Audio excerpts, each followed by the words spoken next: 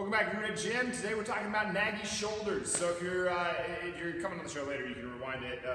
If you're coming on live with us, then you can rewind it later. If you are watching this not live, please put hashtag Team Replay down at the bottom of the comment section. But Red Gym is a personal training, strength and conditioning studio, I guess you'd call us, where we individualize programs to each person that comes in. We do that based on the assessment. That's a lot of what we're going into here. When we talk about NAGGY shoulders, and I get a lot of NAGGY shoulders in here. I don't know if that's like a law of attraction thing, or if it's just, you know, words gotten around that I'm decent with shoulders. But that's kind of like my joint. And the thing here with the NAGGY shoulder, we have to go through a process. We have to have a process to this thing. And I don't have a mic on today because I'm going to have to move around a little bit. But I'm going to show you a few different things that you can do for a NAGGY shoulder. But with everything that I show you today, know that there is no substitute for coming in and getting an assessment, because without the assessment, we really have no idea. Like, no two shoulders are alike. I've assessed a lot of shoulders, and no two shoulders are alike. And although we can fit a decent amount into like the 80-20, like the kind of rule where like 80% of people will probably benefit from, you know, all the stuff that I'm going to talk about today. 20% it would be just absolutely detrimental to. You're going to get yourself hurt.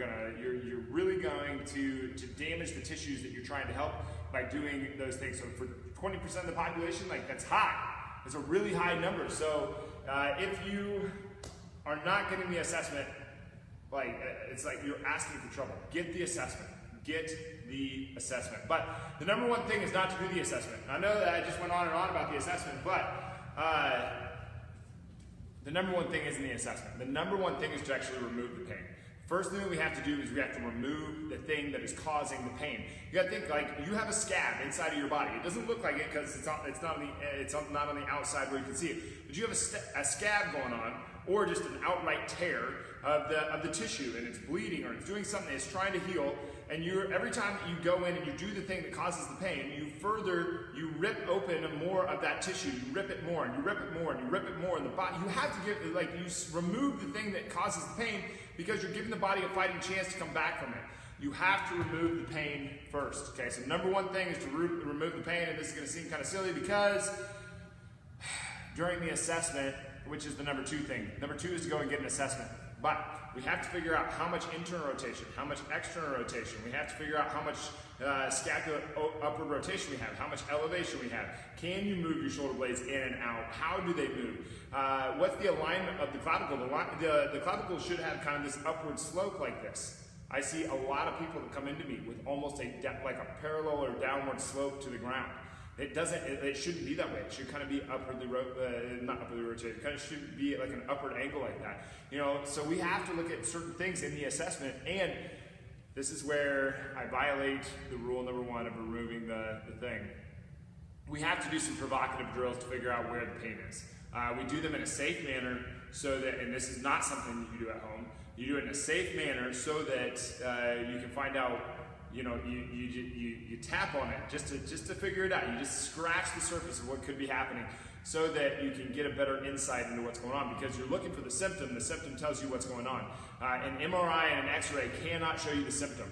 MRI and X-rays are a silly way to go. If you go to a doctor and they immediately prescribe an MRI or an X-ray, you walk out of that doctor's office because they have no clue what they're talking about. Now, what's the third thing that you do? So we remove the pain. So if bench press is where it hurts, stop doing bench press. That seems like a really, you know, easy thing. You know, if chin-ups are where it hurts, please stop doing chin-ups. We're going to go over that here in a second when we get into technique.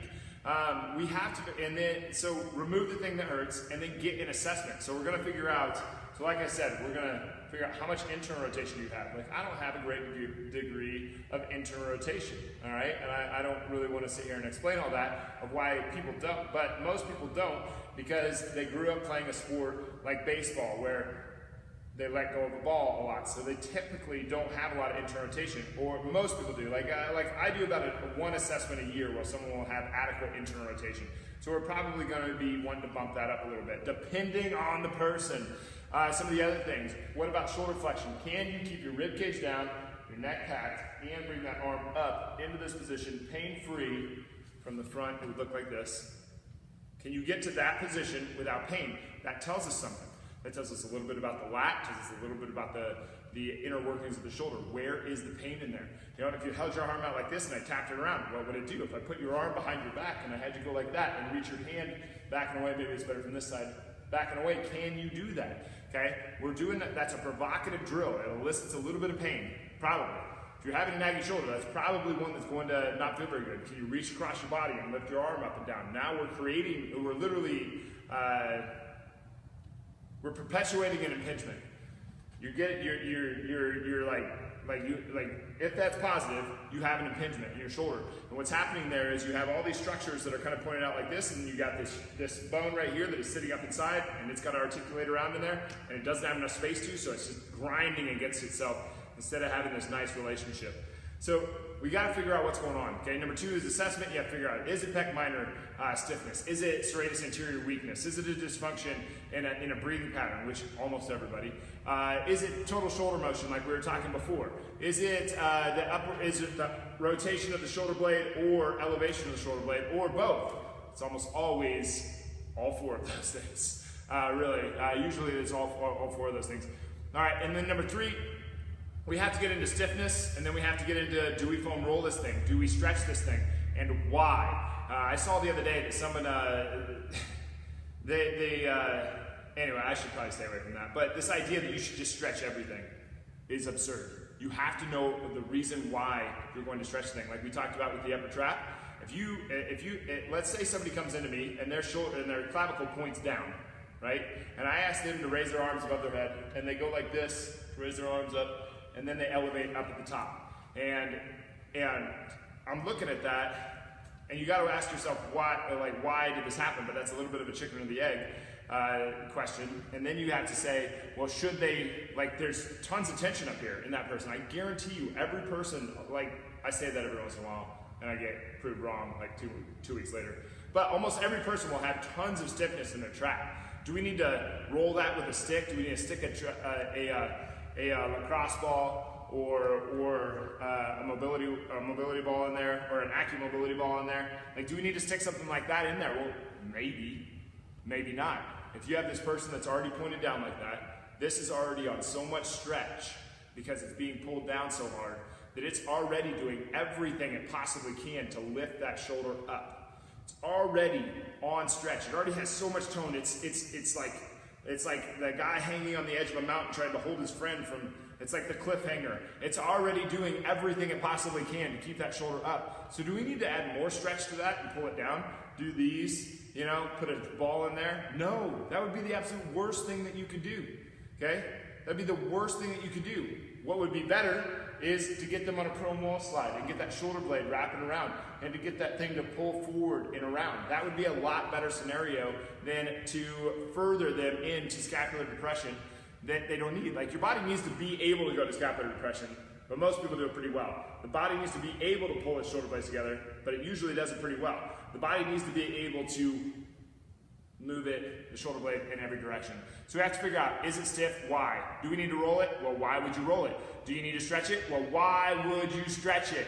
You have to know these things. But just a few, that's a little tidbit before I go into this, just to scare people away from just thinking, oh, stretching is the answer, mobility is the answer. Really, there's a huge lack of understanding around the word mobility. Mobility means integrity of the movement, okay? It's stability within your range of motion. And it's not about how far, and range of motion is not about how far you can move the joint. That's flexibility. We're not talking about flexibility there. We're talking about stability within a range of motion. Okay? That's mobility. Okay? It's not about going as far as you possibly can. It's a very, very, very, very bad idea. But let's say we find out pec minor is a little bit stiff. Let's say we find out the lat is a little bit stiff. Let's say that there's an internal rotational deficit. Let's say thoracic spine doesn't want to let you rotate real well. Let's say shoulder blades are pulled down into depression. Let's say you've got some severe tightness up in scalene, sternocleidomastoid, and let's say you have a breathing dysfunction where, let's just use me for an example. I'm not saying I have dysfunction, but almost everybody will breathe a little bit different. So some people will open their chest like that to breathe. These people typically have this very strict upper back posture. Some people will open their upper back like that to breathe. Some people will tilt their pelvis to breathe. But we pretty much hardly ever just drop our diaphragm the way that we're supposed to drop our diaphragm to breathe. So we have to figure that out too. So first of all, let's take that guy. Let's take like the 80% of people that are probably stiff here, probably internally rotate, they have trouble internally rotating. They probably have a little bit of a pec minor stiffness. Okay, pec minor attaches right up here, and it attaches in your rib cage, so it's going to pull you down and forward. The lat is going to do the same thing, but it's going to internally rotate more, so it's going to pull you down. It's going to pull you like this. It's going to go down and across to the back hip. Okay, so let's say that's stiff. Let's say that you can't rotate real well at your upper back. And by that I mean you can't rotate real well at your upper back. Then let's say that we have that breathing drill problem. Okay, so now we can do a few things about this. We can look at this and we can be like, okay, well, we need more internal rotation, and we have to look at this and be like, okay, well, is the lack of internal rotation because of the pec stiffness, or is the lack of rotation because there's not enough stability in the joint? Okay, so we have to attack all of these on some level, and I think when it comes down to internal rotation, which is what we're going to go over first, is internal rotation is much more about motor control than it is about mobility. Okay, so the first thing I'm probably going to do with somebody is I'm going to get out of the active ball. It works with the balls too. I'm going to find that spot right back there. I'm going to find that spot, and I'm going to go right below that scapular spine. So I'm going to find your shoulder blade, find that bone right on top, dig into that guy. Okay, and I'm going to lay back, get my arm on the side here. I'm going to internally rotate and externally rotate. And what I don't know if I'm so much trying to get them to understand or trying to get them to get this soft tissue pattern on the back side of the posterior side of that shoulder blade and get into that rotator cuff there. I'm much more interested in, can they move this bone inside of the shoulder? I want them to be able to move that bone inside the shoulder, because I think like the motor control there is much more important than the motor control of being able to move that bone inside the shoulder is more important than the actual range of motion that you do have, because if you gain that, your body will give you the ability to do the thing. Okay? It'll just give it to you. So if you can gain some motor control there. So that's mostly, and in an extreme case, let's say that we decide, we go through all the assessments, we decide why the stiffness is happening, and we say, okay, well, we're gonna foam roll this. I'm gonna stick their arm up, I'm gonna have them internally rotate, I'm gonna have them reach across their body. I'm gonna have to really drive and reach across their body while that ball is back there. I put that ball there so they can have feedback, and then I'm gonna have them internally rotate this way and internally rotate overhead. Just back and forth. So internally rotate, I said that wrong before, externally rotate. See how my hand and my palm is facing back towards me, and then my palm is facing towards you. And I just go back and forth, really digging in with that ball. Okay, some other foam rolling stuff that I would do is I would get rid of this, and I would put the roller up in my pec in my lat, roll back and forth, and then I'd also get a couple of these. And then just for, I don't think you're ever really going to go wrong unless you have a pec tear. Don't be doing that with a pec tear. But I think for most people, like seeing somebody, like most people are pretty stiff up in that pec minor area. So we would also go up against a wall, which I'm not going to show you here, and put the lacrosse ball right into that pec, and maybe do some overhead reaches, different things like that. Mostly just to get some feedback on how that shoulder is actually moving. Because remember, we don't want to go into pain. The pain is what is picking at the scab. We don't want to pick at the scab. We want to figure out how to move without that thing hurting, or we want to let the tissue kind of work itself out. So we're not trying to get into this thing. So let's say the pain is in the front of the shoulder, which is super common. Well, you don't get to work on the front of the shoulder. We don't get to do presses. We don't get to do overhead. We don't get to do pulls. We really barely get to do even horizontal ones, because we have to get to this position. We have to teach retraction, and we have to get that shoulder blade moving up and around. Okay, something else that we're going to do, so after we foam roll, let's say that we decided that we were going to foam roll, decided we were going to do a few stretches. Still, concentrate on the movement pattern. So, we decided serratus anterior was weak. Well, one of the ones that I really like, that tends to give me a lot of good results, not just me, but clients, is you reach your arm up, press to the ceiling, reach overhead, and then back through. So from the other side, if we're posterior on the right shoulder, we're going to press up with this hand. That activates the serratus anterior, because that's what's pulling the shoulder blade up and around. Then we're going to have this hand, and we're going to reach overhead, do a little stretch on that lat, a little stretch on that pec. Okay, and we're going to, as we come back, so we're still pressing up here to do that isometric Isometrics are huge for increasing strength, which we'll get to. So my isometric on this serratus anterior on my left side, and I'm going to internally rotate and come back through while I'm looking over at you. So I'm driving thoracic rotation of my upper back. I'm getting a ton of scapular movement, so my shoulder blade is moving around, and I'm getting motor control through that shoulder, through that upper arm bone as I move back and forth through that humerus, while I'm still pressing up and through on this side. Another one that I really like to do is to, I'm not a big fan, Eric Cressy likes this one a lot, of the putting the arm behind the back, rotating up and through. I really don't like this position because you see like someone like me that wings out pretty easy. That has that doesn't really, like I work on my shoulder blade a lot and helping it to move around. But for someone like me that tends to just drift to that and let that thing wing out, and you can say, well, tighten it down. Well, me trying to stiffen up while I'm trying to stretch out doesn't really, that kind of impedes me from being able to relax into the positions that I want to be. So what I like to do is I like to wrap a band around here. I wonder if I can even show that. But I like to wrap a band around here. So the band would be like kind of back over that direction, and it'd be wrapped around like a coat to hold me here, to hold this back so that it pins this back. And then I like to rotate under and then look up at the ceiling to get a little bit of thoracic rotation while I'm working on the internal rotation of this arm. So it's a nice drill that can really lead to a lot of good things because we need to be able to do this. It works better. We need to be able to do that. You need to be able to get a little bit of distance between your lower back and your hand when you reach back behind without a ton of pain up front in the shoulder. That pesky fly. Problems with having the door open. Anyway, but that's a couple of things real quick that you can do right there. Past from that, we have to gauge. This is a really tough one to do just on a generalized video like this because it's like we haven't assessed the person. We don't know whether they should be moving more towards a wall slide or more towards something like a cat-cow. But the cat-cow is a great learning tool for how to wrap the shoulder blades around the rib cage, which is what we want. We want this rounded, this shoulder blade to wrap around, you know, like you're doing like make out with your, like that old joke. But the first thing that I would probably do, I think that everybody is basically gonna be okay. I've never encountered it. I'm sure it exists, but if you put the roller between your shoulder blades, give yourself a great big hug, and go between your shoulder blades a few times, I think that could be a very good thing. And then we can go into cat-cow. Now the thing with cat-cow is I see people throw their neck. Do not throw the neck. This is not a throwing the neck exercise. Also, I see this a lot. This is not a lower back thing. This is an upper back thing, or an all the back thing. It should really crowd up like that. It should really pull down. So when you go up, you should probably look about back at your knees. When you go forward, you should probably be maybe 3-4 feet out in front of you with your eyes. You go back, inhale, look at your knees. Exhale, look out about 4 feet in front of you.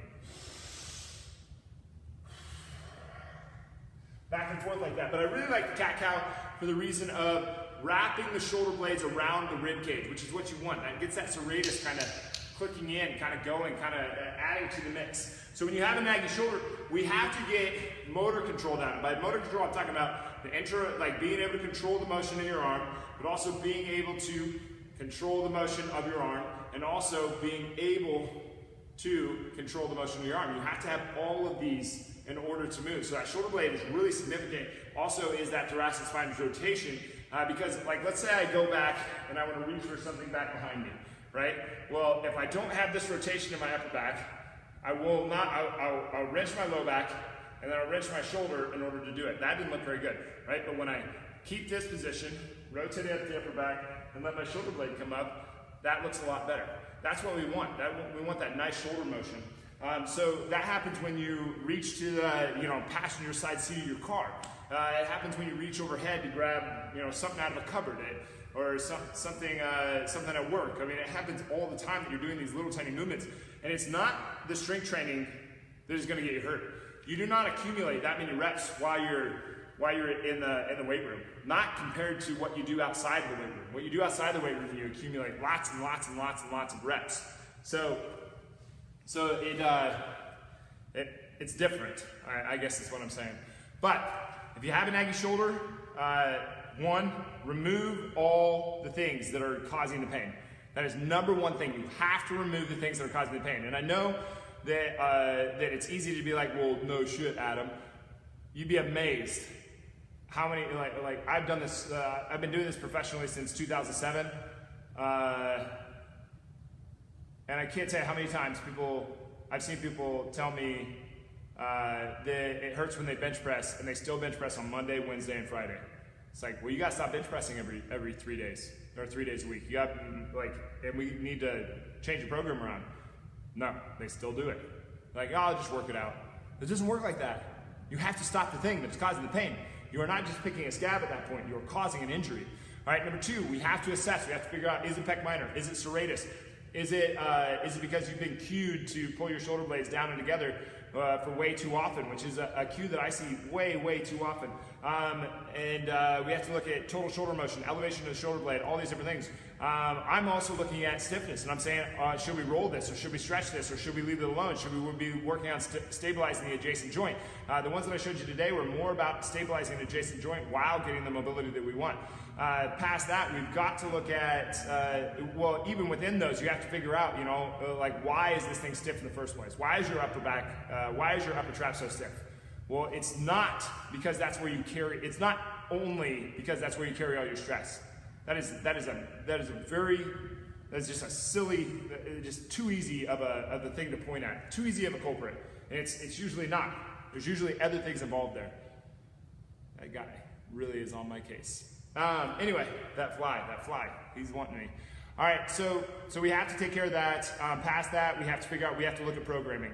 A lot of people bench press and chin up when they are not approved to bench press or chin up. To do either of those, you need full shoulder, well, to do a chin up, to do anything overhead, anything where we're getting overhead, we need full shoulder flexion with being able to keep that rib cage down. That's the first qualification. Number two is that you have to have strong rotator cuff, otherwise you do not get to do either of those things. You just don't. It's not even an option, and you don't make it an option, otherwise you end up with a shoulder injury. Also, bench pressing is a 1 day, maybe 2 day a week thing. I'm not saying all bench pressing. You could add in dumbbell bench, you could add in landmine presses, you could add in push-ups. I think push-ups are one of the most underutilized exercises in the fitness world today. And they're not a supplementing exercise. They can be done wrong. Watching somebody do a perfect push-up on their first day is like the second coming of Christ. It just doesn't happen very often. But that's a little bit about what to do with the naggy shoulder. We have to move more towards things that are not causing pain, and we have to move more towards things that are actually going to get us the progress that we want back to a healthy shoulder. You don't bench press your way out of a naggy shoulder. But anyway, hope you guys got something out of that. I'm going to get off the video, but appreciate you being here. We'll see you soon.